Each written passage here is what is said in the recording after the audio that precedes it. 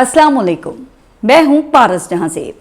17 अगस्त 1988 की तपती दोपहर थी।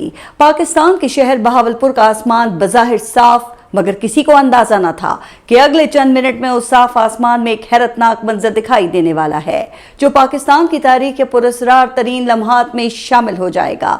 एयरपोर्ट पर पाकिस्तान एयरफोर्स का C-130 तैयारा खड़ा है, जिसे कुछ देर बाद एक हाई प्रोफाइल डेलीगेशन के साथ टेक ऑफ करना है। कुछ देर बाद सिक्योरिटी की हलचल हुई और एयरपोर्ट पर मेहमान सख्त सिक्योरिटी में आने लगे, और फिर अचानक पाकिस्तान की ताकतवर तरीन शख्सियत आई, जिसने जहाज में सवार होना था। ये शख्सियत पाकिस्तान के सदर जनरल मोहम्मद जियाउल हक थे, जिनके इक़्तिदार को 11 साल मुकम्मल हो चुके थे। उनके साथ जनरल अख्तर अब्दुल रहमान भी थे, जिन्हें चंद माह पहले ही चेयरमैन ज्वाइंट चीफ्स तैनात किया गया था। इससे पहले वो DGISI के ओहदे पर फराइज सर अंजाम दे रहे थे।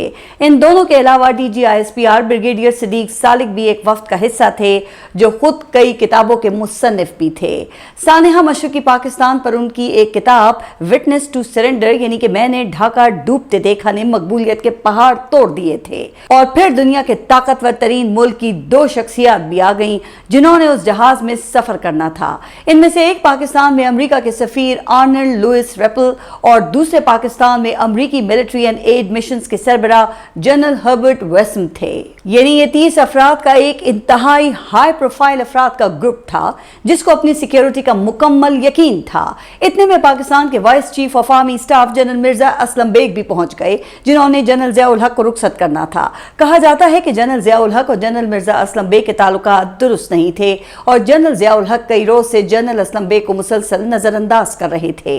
इसकी एक वजह शायद ये हो सकती है कि जनरल असलम बेग जनरल जियाउल हक पर मुल्क में आम इंतखाबात करवाने के लिए जोर दे रहे थे। प्रोटोकॉल के तहत आर्मी चीफ और vice chief of army staff एक जहाज में सफर नहीं कर सकते थे, इसलिए दोनों के दरमियान मुख्तसर गुफ्तगू हुई। जनरल मिर्जा असलम बेग अपनी किताब इक्तदार की मजबूरियां में इस वाक़े को यूं बयान करते हैं कि मैं जनरल जिया के साथ था और उन्हें जहाज तक छोड़ने आया। सब लोग जहाज में बैठ चुके थे। जहाज में दाखिल होते हुए जनरल जियाउल हक ने कहा, क्या आप भी आ रहे हैं? आइए, मगर आपका तो अपना जहाज है। जनरल असलम बेग ने जवाब दिया कि जी हाँ, मैं अपने जहाज से ही आऊंगा, अल्लाह हाफिज। बहरहाल इन सब की बोर्डिंग मुकम्मल हो गई, और इससे पहले कि ये सब जहाज में सवार होते, अचानक एयरपोर्ट के मुलाजमीन कुछ पेटियां लेकर आए, जिनमें आम दिखाई दे रहे थे। सिक्योरिटी स्टाफ ने पूछा, ये किसने भिजवाए हैं? तो जवाब दिया गया कि ये आम बहावलपुर के मेयर और बहावलपुर से ताल्लुक रखने वाले एक सूबाई वजीर की जानिब से भिजवाए गए हैं। उन क्रेट्स में बज़ाहिर कोई मुश्तबा चीज दिखाई नहीं दी, इसलिए आमों के इन क्रेट्स को भी जहाज में रखवा दिया गया। तमाम अफराद जहाज में सवार हो गए और जहाज टेक ऑफ कर गया, और थोड़ी देर बाद जनरल मिर्जा असलम बेग का तैयारा भी टेक ऑफ कर गया। जनरल जियाउल हक का जहाज 30,000 फीट की बुलंदी पर पहुंचा तो एयरपोर्ट से तकरीबन 7 नॉटिकल माइल्स दूर बहावलपुर के एक छोटे से गांव बस्ती लाल कमाल के ऊपर हिचकोले खाने लगा। जहाज कभी ऊपर और कभी नीचे हो रहा था। नीचे बस्ती में मौजूद एक लड़का ये मंजर देख रहा था। वो हैरान हुआ, क्योंकि उसने कभी इस किस्म के जहाज को इस तरह ऊपर नीचे होते खाते नहीं देखा था। और फिर देखते ही देखते तैयारा जमीन पर गिर के क्रैश हो गया। हर तरफ आग ही आग थी, और साफ जाहिर था कि जहाज में मौजूद किसी भी शख्स के जिंदा बच जाने का इम्कान सिफर है। उस वक्त कम्युनिकेशन और मालूमात के जराए इतने तेज रफ्तार नहीं थे, लिहाजा कोई खबर जंगल की आग की तरह फैला नहीं करती थी। असलम बेग लिखते हैं कि अभी कोई 10 मिनट ही हुए थे कि उनके पायलट कर्नल मिनहाज ने परेशानी के आलम में बताया कि सर, इस्लामाबाद कंट्रोल का पाकिस्तान 1 से राब्ता नहीं हो रहा है। मैं भी कोशिश कर रहा हूं, लेकिन कोई रिस्पॉन्स नहीं है। पायलट ने बताया कि सामने धुआं नजर आ रहा है, और दूसरे लम्हे हमारा जहाज उसके नजदीक पहुंच चुका था। एक हेलीकॉप्टर भी उतर रहा था जो मुल्तान जा रहा था। हमारा जहाज ऊपर चक्कर लगाता रहा। हेलीकॉप्टर के पायलट से राब्ता किया गया तो उन्होंने बताया कि C-130 क्रैश हो गया है, आग लगी हुई है, कुछ नजर नहीं आ रहा। यह सुनकर जनरल असलम बेग के पैरों तले जमीन निकल गई। साफ जाहिर था कि पाकिस्तान के सदर general Mohammad Ziaul Haq, chairman joint chiefs general Akhtar Abdul Rahman, DGISPR brigadier Siddique Salik समेत अमरीकी सफीर उस तैयारे में जाँ बहक हो चुके थे। अब जंगल में आग लगाने का वक्त था। जाहिर है कि उस खबर को ज्यादा देर तक छुपाना मुमकिन ही नहीं था। जो ही PTV और रेडियो पाकिस्तान से यह खबर नशर हुई, पूरे पाकिस्तान में तहलका मच गया। चंद ही लम्हों में पूरी दुनिया का मीडिया यह खबर चलाने लगा, और पाकिस्तान की तारीख में एक और अफसोसनाक बाब का इजाफा हो गया। सदर मुमलिकत जनरल मोहम्मद जियाउल हक साहब का आज से पहर हवाई हादसे में इंतकाल हो गया। इन्ना लिल्लाहि व इन्ना इलैहि राजिऊन। Pakistan's President General Mohammad Zia-ul-Haq was killed today in a plane crash. उस हादसे के मुहर्रिकात पर नजर डालने से पहले जनरल ज़िया-उल-हक की शख्सियत और उनके 11 साल दौरे इक़्तिदार पर नजर डालना बहुत जरूरी है। जनरल ज़िया-उल-हक पाकिस्तान की तारीख का एक इंतहाई दिलचस्प किरदार हैं। अवाम की अक्सरियत उनको भुट्टो को सजाए मौत देने वाले एक सख्त गीर मजहबी शख्सियत के तौर पे जानती है, लेकिन रुकिए, ये जनरल ज़िया-उल-हक की जिंदगी का एक रुख था। जनरल ज़िया-उल-हक मुकम्मल तौर पे ऐसे नहीं थे। मार्शल लॉ लगाने से पहले वो जुल्फ़िकार अली भुट्टो के इंतहाई काबिल एतमाद और वफादार तस्वुर किए जाते थे। इसीलिए तो भुट्टो ने उन्हें इतनी तरक्कियां देकर और कई सीनियर अफसरान को सुपरसीड करवा के पाकिस्तान का आर्मी चीफ तैनात किया था। जनरल ज़िया-उल-हक सोमो सलात के पाबंद जरूर होंगे, लेकिन वो कई लिहाज से दुनियादार शख्सियत थे। उनको फिल्मों और मौसीकी से बहुत शगफ था। ये कहानी जनवरी 1972 से शुरू होती है। सानह मशरकी पाकिस्तान के बाद जुल्फ़िकार अली भुट्टो पाकिस्तान के चीफ मार्शल लॉ एडमिनिस्ट्रेटर बन चुके थे। कहा जाता है कि उन्होंने कई फौजी अफसरान को बरतरफ किया था और कई के खिलाफ इंक्वायरियां खुल गई थी। उस वक्त फौज के कुछ अफसरान ने भुट्टो के खिलाफ बगावत की नाकाम कोशिश की, जिसके बाद उन्हें गिरफ्तार करके उनका ट्रायल किया गया और उनको सजाएं सुनाई गई। भुट्टो के खिलाफ बगावत करने वाले उन अफसरान का कोर्ट मार्शल करने और सजाएं सुनाने वाले मिलिट्री कोर्ट के सरबराह का नाम ब्रिगेडियर ज़िया-उल-हक था। यूं ज़िया-उल-हक 1972 से ही भुट्टो की गुड बुक्स में आ चुके थे, लेकिन भुट्टो के खिलाफ बगावत करने वाले ज़िया-उल-हक का 1970 में अपना कोर्ट मार्शल होते होते बचा था, और ये वाकया था ब्लैक सितंबर। जी हां, ब्लैक सितंबर दुनिया की तारीख का वो अफसोसनाक सानहा जब 30,000 फलस्तीनियों को शहीद किया गया। उस वक्त फलस्तीन में हमास या अल-फतह जैसी तंजीमों का वजूद नहीं था और पैलेस्टाइन लिबरेशन ऑर्गेनाइजेशन या PLO फलस्तीन की आज़ादी की तहरीक चला रही थी। ये तहरीक मजहबी से ज्यादा एक सेकुलर और अरब कौम परस्त तहरीक थी। इसराइल के खिलाफ 1967 में होने वाली 6 रोजा जंग में शिकस्त के बाद उर्दन में हालात काफी नाजुक थे।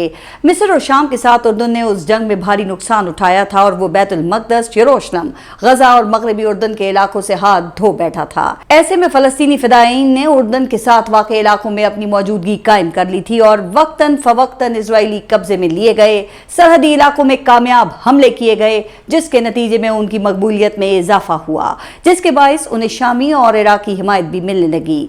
PLO उर्दन के लिए खतरनाक बन चुकी थी। उस वक्त ब्रिगेडियर ज़िया-उल-हक उर्दन में पाकिस्तानी सिफारत खाने में डिफेंस अताशी तैनात थे और उर्दन के शाह के बहुत करीब थे। इस सूरत हाल को देखते हुए उर्दन के शाह हुसैन ने अपने दोस्त ब्रिगेडियर ज़िया-उल-हक से मदद मांगी। इसी बात की तस्दीक करते हुए अमरीकी CIA के साबिक ओहदेदार ब्रूस रीडल अपनी किताब व्हाट वी वांट में लिखते हैं कि ज़िया-उल-हक उर्दन 3 साल पहले आए थे और उनकी जिम्मेदारी थी कि पाकिस्तानी और उर्दनी फौज के दरमियान अस्करी उमूर पर बाहमी ताल्लुकात बढ़ाएं, लेकिन ब्रिगेडियर ज़िया-उल-हक ने अपने दिए गए मैंडेट से बढ़कर भी जिम्मेदारियां निभाई, जिनका तस्करा उर्दन में उस वक्त मौजूद CIA के ऑफिसर जैक ओ'कॉनल ने अपनी किताब किंग्स काउंसिल में किया। कहा जाता है कि ज़िया-उल-हक ने ब्लैक सितंबर के ऑपरेशन में हिस्सा लिया था और उस ऑपरेशन में हजारों फलस्तीनी जाँ बहक हुए थे। यासिर अराफात और फलस्तीनी अथॉरिटी के आदाद शुमार के मुताबिक उस ऑपरेशन में 25,000 फलस्तीनी शहीद हुए, जबकि अमरीकी और CIA के आदाद शुमार के मुताबिक 3 से 4,000 फलस्तीनी जाँ बहक हुए। लेकिन उस दौरान उर्दन की सरहद के नजदीक PLO को क्रश कर दिया गया। ज़िया-उल-हक के इस इकदाम से पाकिस्तान में तहलका मच गया था और जनरल याहिया को ज़िया-उल-हक का कोर्ट मार्शल करने की तजवीज़ भी दे दी गई थी, लेकिन जनरल याहिया खान ने उर्दन के दबाव में इस तजवीज़ को मुस्तरद कर दिया। इस वाक़े के 1.5 साल बाद भुट्टो इक़्तिदार में आए तो फौजी अफसरान की बगावत को चलने के इनाम के तौर पे उन्हें मेजर जनरल के ओहदे पर तरक्की दे दी गई। कहा जाता है कि अगर भुट्टो ऐसा न करते तो ज़िया-उल-हक का करियर बतौर ब्रिगेडियर खत्म हो चुका होता। खैर, अब ये तो एक सर्कुलर आर्ग्यूमेंट है। अगर जनरल अयूब खान भुट्टो के सियासी करियर में मदद ना करते तो शायद भुट्टो का सियासी करियर भी शुरू ना हो पाता। और अगर कायद-ए-आज़म की जानिब से जनरल अयूब खान के रिमार्क्स पर अमल करके जनरल अयूब खान को बरतरफ कर दिया जाता तो अयूब खान 1958 का मार्शल लॉ ही ना लगा पाते। पाकिस्तान की तारीख खैर ऐसे वाकयात से तो भरी पड़ी है। जनरल मोहम्मद ज़िया-उल-हक 12 अगस्त 1924 को जालंधर में पैदा हुए। उनके वालिद मोहम्मद अकबर दिल्ली के आर्मी हेडक्वार्टर्स में एक सरकारी मुलाजिम थे। जनरल ज़िया-उल-हक के वालिदैन इंतहाई मजहबी रुझान के हामिल थे। इस कदर मजहबी रुझान की वजह से जनरल ज़िया-उल-हक के वालिद मोहम्मद अकबर अपने हल्का अहबाब में मौलवी के नाम से मशहूर थे।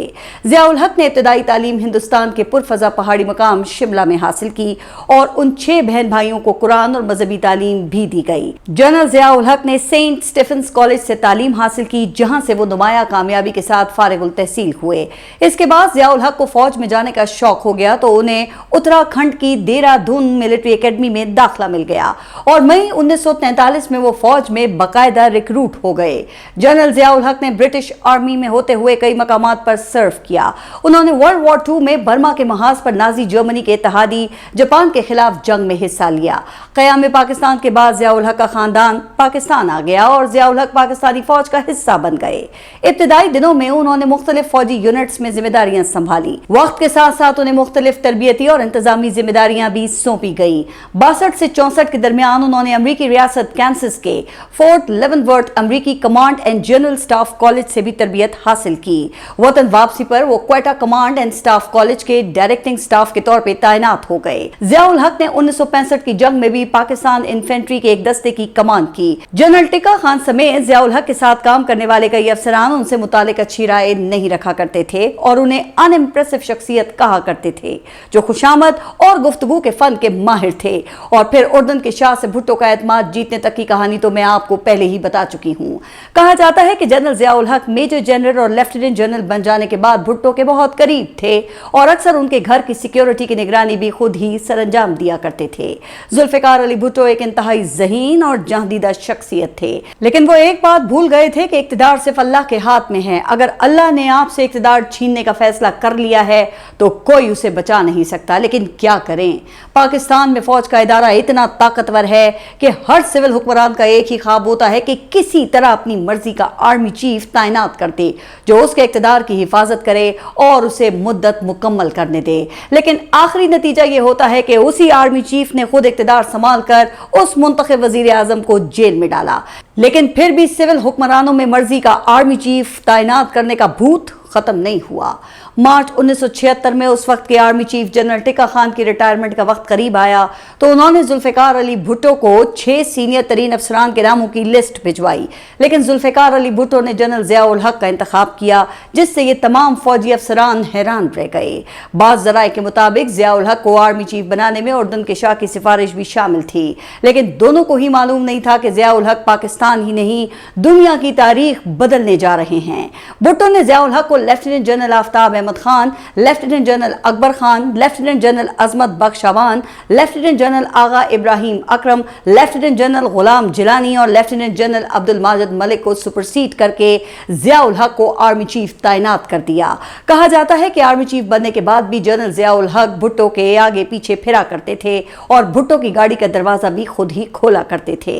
और फिर 1977 का इलेक्शन आ गया, जिसने भुट्टो के इक़्तिदार पर आखिरी मोहर लगा दी। लेकिन भुट्टो को यकीन था कि उनकी कुर्सी बहुत मजबूत है, ऑपोजिशन उनका कुछ भी नहीं बिगाड़ सकती और मार्शल लॉ का खतरा नहीं है, क्योंकि आर्मी चीफ उनके भरोसे का आदमी है। लेकिन 1977 के इंतखाबात में धांधली के तमाम रिकॉर्ड्स टूट गए। उस इलेक्शन समेत पाकिस्तान के तमाम इंतखाबात में धांधली के तरीकों पर आप मेरी ये तफसीली वीडियो मुलाहिजा कर सकते हैं। भुट्टो के खिलाफ निजाम मुस्तफा के नाम से एक बड़ी तहरीक का आगाज हो चुका था और सड़कों पर हर तरफ जलसे, रैलियां और एहतजाज चल रहे थे। उस तहरीक ने भुट्टो को वाकई परेशान कर दिया। उस दौरान भुट्टो को कई करीबी रुफका ने बताया कि आर्मी चीफ जनरल ज़ियाउल हक की ऑपोजिशन रहनुमाओं से कुर्बत बढ़ रही है और शायद उन्होंने ऑपोजिशन रहनुमाओं से मुलाकातें भी की हैं। लेकिन भुट्टो ने इन सब बातों को नजरअंदाज कर दिया। कहा जाता है कि 4 जुलाई 1977 की रात को भुट्टो ने अपने कमरे से बाहर झांका तो उन्हें फौजी दस्तों की गैर मामूली नकलो हमल दिखाई दी। उन्होंने फौरन जनरल ज़ियाउल हक को फोन करके पूछा कि ये सब क्या है, तो जनरल ज़ियाउल हक ने उन्हें यकीन दिलाया कि ये आपकी हिफाजत के लिए मामूल की मूवमेंट है। लेकिन फिर चंद घंटों बाद 5 जुलाई 1977 को जनरल ज़ियाउल हक ने आइन को मुअत्तल करके मुल्क में मार्शल लॉ नाफिज कर दिया और जुल्फ़िकार अली भुट्टो को गिरफ्तार कर लिया गया और उस ऑपरेशन को ऑपरेशन फेयर प्ले का मजा का खेज नाम दिया गया। मजीद सितम ज़रीफ़ी की बात यह थी कि यह काम भुट्टो के सबसे बाएतमाद जनरल ने किया था, जिसे उन्होंने 7वें नंबर से उठाकर आर्मी चीफ तैनात किया था। मिस्टर भुट्टो की हुकूमत खत्म हो चुकी है, सारे मुल्क में मार्शल लॉ नाफिज कर दिया गया है, कौमी और सूबाई असम्बलियां तोड़ दी गई हैं।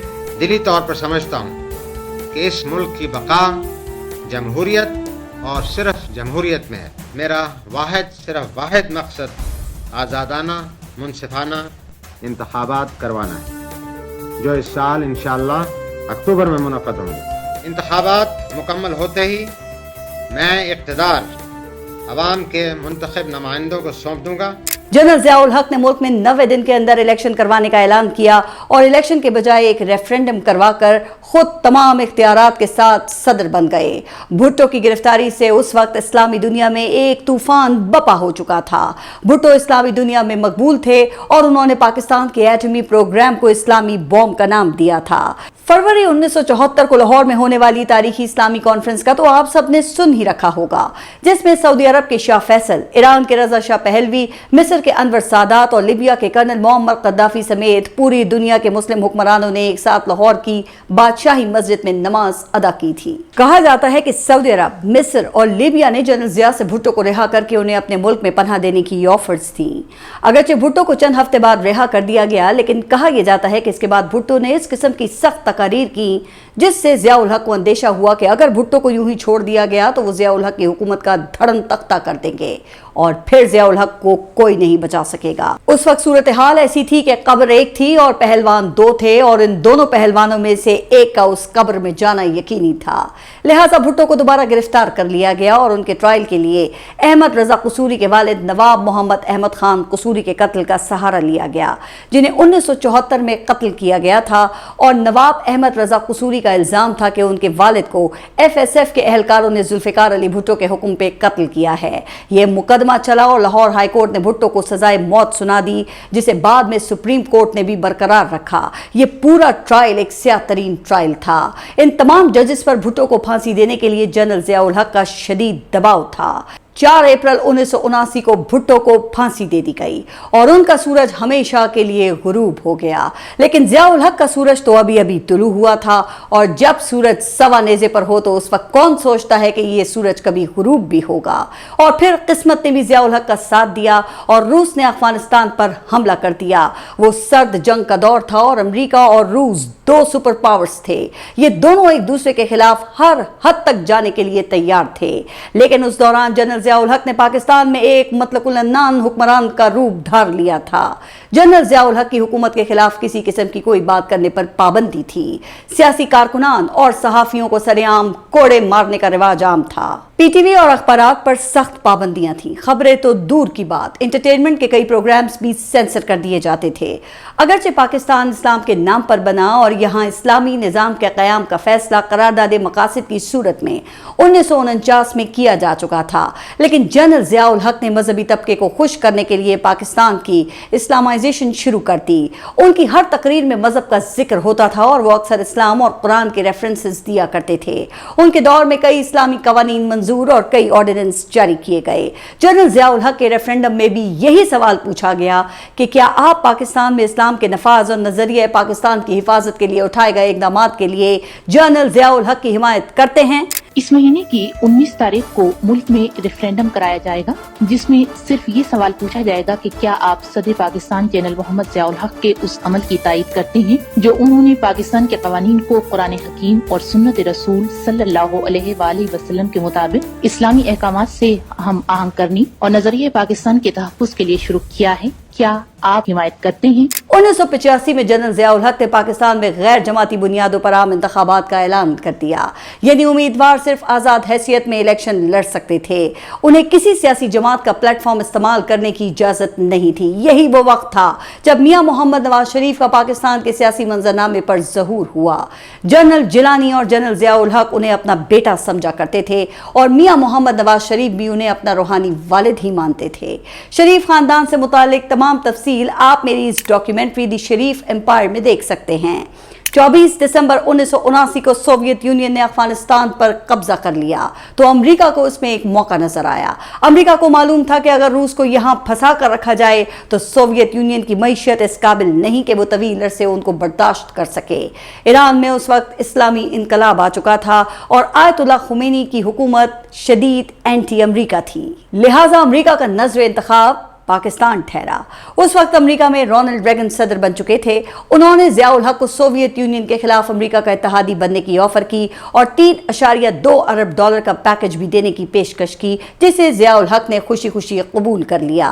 पाकिस्तान में एक माहौल बनाया गया कि ये जंग पाकिस्तान की जंग है और अफगानिस्तान के बाद रूस पाकिस्तान पर कब्जा करने की कोशिश करेगा, लिहाजा अफगानिस्तान को रूसी कब्जे से आजाद कराना एक जिहाद होगा। पाकिस्तान उस जिहाद का मरकजी हब बन गया। खुदा ना करे किसी तरह से अफगानों को शिकस्त हो गई है तो फिर आपका अगला नंबर आपका है पाकिस्तान का। आप यकीन जानिए कि अगर आज उनको तक पहुंचती है तो कल पाकिस्तान की ईंट से ईंट बन जाएगी। सऊदी अरब समेत पूरी दुनिया से मुसलमान जहाद के लिए पाकिस्तान आने लगे और पाकिस्तान में डॉलर की बारिश होने लगी। पाकिस्तान की फौज और ISI ने अफगान मुजाहिदीन को तरबियत दी और अमेरिका की जानिब से जदीद असलाह फराम किया जाने लगा, जिसमें उस जमाने के स्टिंगर मिसाइल्स भी शामिल थे, जिन्हें एक शख्स कंधे पर उठाकर एक हेलीकॉप्टर आसानी से गिरा सकता था। कहा जाता है कि यही मिसाइल्स अफगानिस्तान में सोवियत यूनियन की मौत साबित हुए, बल्कि रावलपिंडी के मशहूर जमाना ओजड़ी कैंप के हादसे में यही मिसाइल्स रावलपिंडी में उड़ कर ऐसे बरसे कि रावलपिंडी को अपनी बका का मसला दरपेश हो गया। खैर, इस पर फिर किसी वीडियो में तफसील से बात करूंगी। बहरहाल अफगान जहाद जोर शोर से जारी था। जनरल ज़ियाउल हक को एक मजबूत बयानिया मिल चुका था। पाकिस्तानी अवाम की नजर में जहाद चल रहा था और जनरल ज़िया अमेरिका की गुड बुक्स में भी शामिल हो चुके थे। 1986 के आखिर में पाकिस्तान और भारत के ताल्लुकात बहुत खराब हो गए। भारत ने राजस्थान में पाकिस्तानी सरहद के करीब ऑपरेशन ब्रास टैक्स के नाम से बहुत बड़ी फौजी मशकें शुरू कर दी। उन मशकों को देखकर अंदाजा हो गया था कि भारत पाकिस्तान पर हमला करने का इरादा रखता है। ज़ियाउल हक को डॉक्टर अब्दुल कदीर खान समेत पाकिस्तान के एटमी साइंसदानों पर इतना भरोसा था कि उन्होंने भारत के दौरे का फैसला किया, जिसे भारतीय वजीर आजम राजीव गांधी ने कबूल कर लिया। 21 फरवरी 1987 को जनरल ज़ियाउल हक भारत के दौरे पर गए और राजीव गांधी से मुलाकात की। कहा जाता है कि जनरल ज़ियाउल हक ने राजीव गांधी से गले मिलते हुए उनके कान में सरगोशी की, मिस्टर राजीव, अगर आपने पाकिस्तान पर हमला करने का सोचा तो इस मर्तबा पाकिस्तान और इंडिया के दरमियान रिवायती जंग नहीं बल्कि मुकम्मल एटमी जंग होगी, जो भारत की तबाही पे खत्म होगी। पाकिस्तान के अलावा दुनिया में 57 इस्लामी मुमालिक हैं, लेकिन अगर भारत खत्म हो गया तो दुनिया से आपके मजहब का खात्मा हो जाएगा। कहा जाता है कि यह सुनकर राजीव गांधी लरस गए और उनके चेहरे का रंग फक हो गया और उन्होंने न सिर्फ पाकिस्तान पर हमले का मंसूबा खत्म कर दिया बल्कि ये फौजी मशकें भी बंद कर दी। ये तमाम तफसील मैं अपनी इस वीडियो डॉक्टर AQ खान में बता चुकी हूँ। उस वाक़े के सिर्फ 1.5 साल बाद जनरल ज़ियाउल हक तैयारा हादसे में जाँ बहक हो गए, जिससे मैंने इस वीडियो का आगाज किया था। जनरल ज़ियाउल हक की वफात हादसा थी या साजिश, आज तक उस साजिश से पर्दा नहीं उठ सका। कई ऐसे सवालात हैं जो आज तक सामने नहीं आ सके। उस वाक़े पर कई कमीशन बने। तैयारा हादसे से पहले जनरल ज़ियाउल हक अमेरिका के मशहूर जमाना A1 एब्रम्स टैंकों की सलाहियत का मुजाहरा देखने आए थे। अमेरिका ये टैंक्स पाकिस्तान को फरोख्त करना चाहता था।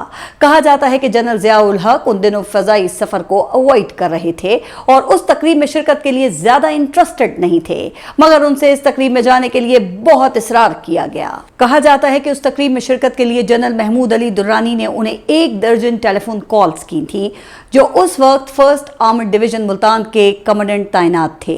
जनरल ज़ियाउल हक को महज एक टैंक की तकरीब में इस कदर इसरार करना बहुत से सवालात को जन्म देता है।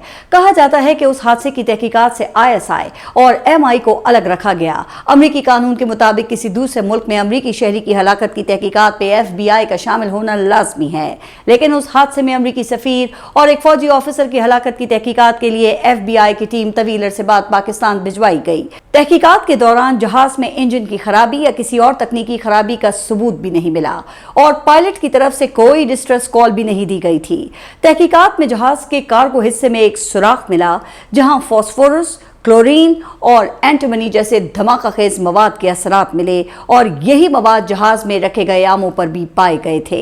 बाज़ ज़राए के मुताबिक आमों के क्रेट्स में धमाका खेज गैस के कैप्सूल्स हो सकते हैं, जिनसे रिलीज होने वाली गैस ने पायलट समेत सबको मदहोश कर दिया, जिससे पायलट जहाज पर कंट्रोल खो बैठे। इंडिया में उस वक्त के अमरीकी सफीर जॉन गंटर के बयान ने तो तहलका मचा दिया। उनका कहना था कि ये क्रैश इजरायली एजेंसी मोसाद की तरीक़ेकार से मिलता जुलता है। ہے۔ اس انکشاف کے بعد انہیں عہدے سے ہٹا دیا گیا اور ان سے تمام برات واپس لے لی گئیں۔